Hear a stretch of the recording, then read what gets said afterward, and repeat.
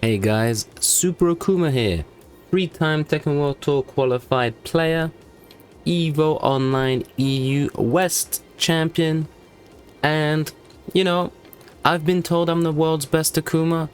I try to be humble and say that's not true.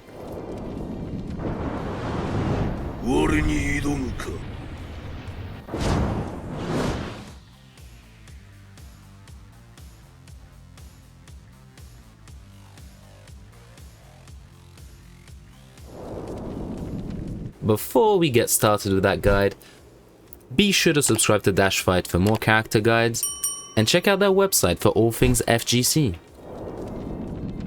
Alright, let's get started with the guide. So, what do you do in neutral? Quick answer, you poke most of the time. So, how do you poke with Akuma? I'm gonna start with his mid poking, because it's the most straightforward. He has down forward 1, which is pretty generic to this game. Most characters have got a down forward 1. But his one is unique, as in it has bad frames on block. And coupled with his bad movement, is not a very good down forward 1. It's pretty chunky, it doesn't get crushed that much, and the range isn't terrible. But the frames are bad on it. But to combat that, he has extensions. He has down forward 1-1, which is a high, -3 on block, so still not great, but it stops people pressing. And down forward 1-2. If you see them ducking down forward 1-1, you can throw down forward 1-2. The smarter thing though, if you think they're ducking, is just to keep poking, so that you don't take that big of a risk. But you know, it's worth doing. It makes a statement. It will make them not want to duck, which with Akuma is very important.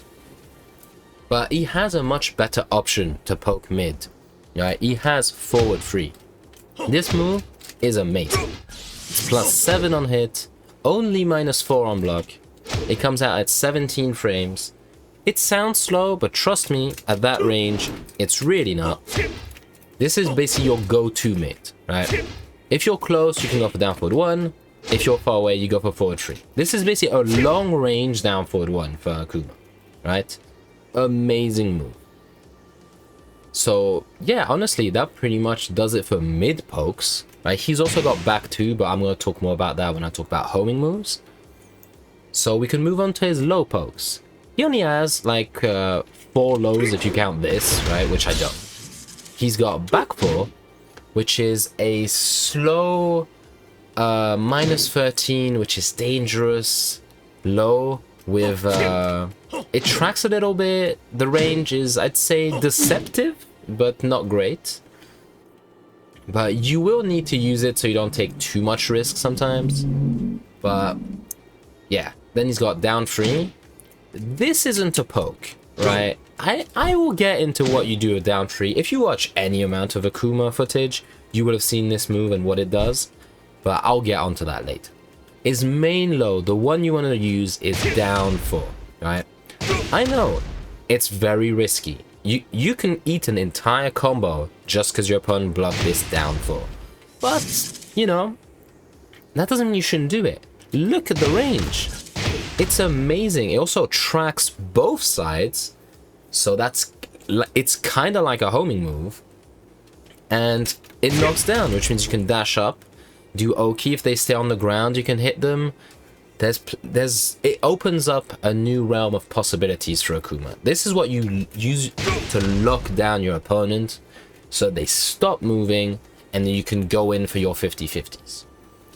So since I said this is like a homing move, I think it's a good time to attack homing moves. We have back 2, right, which is a counter launcher with deceptive range. Like, he's got his arm folded, yet it still hits at that range, right? That is very good. For a counter launcher, that's very good. It's very bad on block, but it's still safe. Also, it has slight high evasion for some reason, but yeah, whatever. Next, we have forward 4. Another counter launcher, this time a high that's very fast. The range is okay. It's okay, you know, you can't complain too much. It's not quite the range of back 2, but it's very good. So yeah, if you see your opponent sidestepping a lot, which they will, Akuma's a character, even though you might have heard me say just backdash in the past, is a character that you can step quite easily. It's just very risky to do so. But yeah, he's got good homing options to stop people doing that. So yeah, next we're going to talk about his jump. Very simply, he has two jumps. He has the generic jump where you do up forward or up back. We don't really want to do up back, but up forward, you can do a 4, a 2, I know I said that backwards, a 3, and a 1. You will never use the 1. Ever. There's no point. It does nothing, and don't use it. You want to use 4, because it hits very low to the ground, or 2, because it will give you more plus frames sometimes, right? You can mix these two up. They've got different uses, but the closer you are to the ground, the further you are. So that's why you want to use 4, because he extends his leg out, so you get more range. You get plus frames from that on block, which is very good for pressure. Imagine it as a Dragunov running 2, or Brian's back 1, or any running move, basically, right? Except it's faster to access, and it crushes much better. That's a very good move. But the reason people love this move, or hate it, depending on who you ask, is on hit it guarantees moves, right? You can even get a full launch sometimes, right? Do not try jumping forward, down forward, 2-1 in match. That is not a very good idea, but it does work if you hit them very well. Most of the time you're going to want to go for jab into DP if you have no meter, or down too hard or jab meter cancel, because you get a launch with meter. But yeah, you can even back one is an okay option, but you will have to recognize when in the animation you hit. That's pretty advanced stuff, so let's keep it basic, you know. And these moves are both steppable. If you notice your opponent stepping, you do jump tatsu, which is QCB4 in the air, right? The range is poor. You're minus on block, but safe. But yeah, you know, sometimes you notice they're stepping you. You will still want to jump. That's what you do. So that's it for the basic jump. Now we have demon flip, right? You input that by doing forward, down, down, forward, either 3 or 4, which the only difference is it's 2 different jump arcs. One is more vertical, one is more horizontal. He has plenty of options like this, right? He has the 4, which on hit guarantees a 4 launch every time, and it's plus 4 on block, so it's pretty decent. Kinda slow though, and it's not mid. Do not get this confused. If your opponent ducks, it will still block it. This is called a special mid. Next you have 3, which is a counter hit launcher. It's a homing move. It's plus on block sometimes, and it's your longest range move, right? If they try to punish you, they will usually get hit by that, right? It is an amazing move.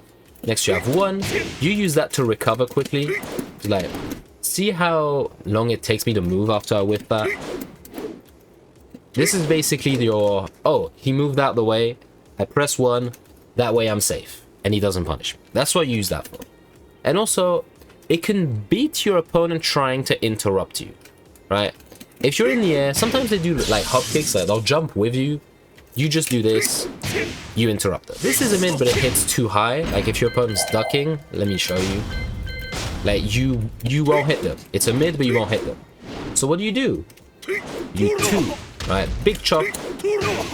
It's a launcher. Beware, some girls have weird bodies that you can't launch with it, but yeah. You have 2, which is a launcher.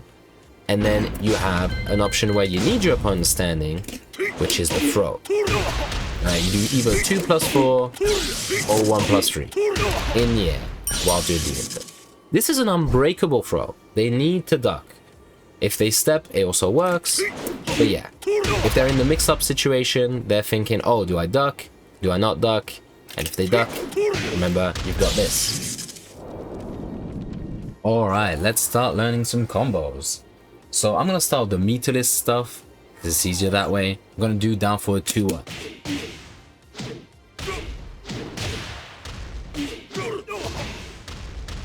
Okay, now for the more important back 1 combo. You want to do back 1 into demon flip. The way you do that is you do not delay the demon flip input. Then while you're in the air, you want to slow down a little bit to get the tail spin. Then just jump for 1+2 dash. You do the FF while you do the 1+2. 2 jabs, forward, forward, 2-1. And if you're feeding yourself, you can add an extra jab. Okay, now for the meter combos. Basically, everything you cancel into hardo, you can just do back 1 after. Like this, whatever you can fit a hardo into, you can cancel and do the back 1 combo. So let's learn how to DP instead. So you can do many options from DP. The best one is jab. So there's the combo.